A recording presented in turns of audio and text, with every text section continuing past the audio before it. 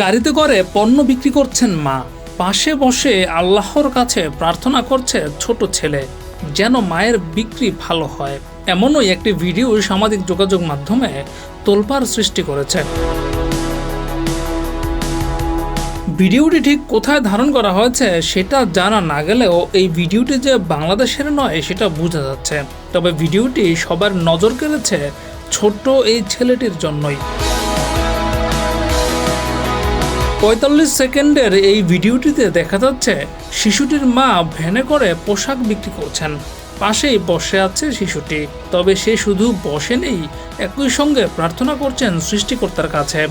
মুখ নড়ছে, যা দেখে বোঝা যাচ্ছে কিছু একটা বলছেন সৃষ্টিকর্তাকে।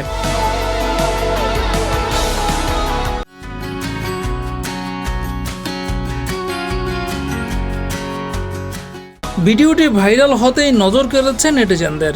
সবাই বলছে ছেলেটি নিশ্চয়ই তার মায়ের ব্যবসা যেন ভালো হয় সেই দোয়াই করছে আল্লাহর কাছে। ভিডিওটি দেখে মা ছেলের প্রশংসা করছে সবাই। ডেস্ক রিপোর্ট, যুগের চিন্তা।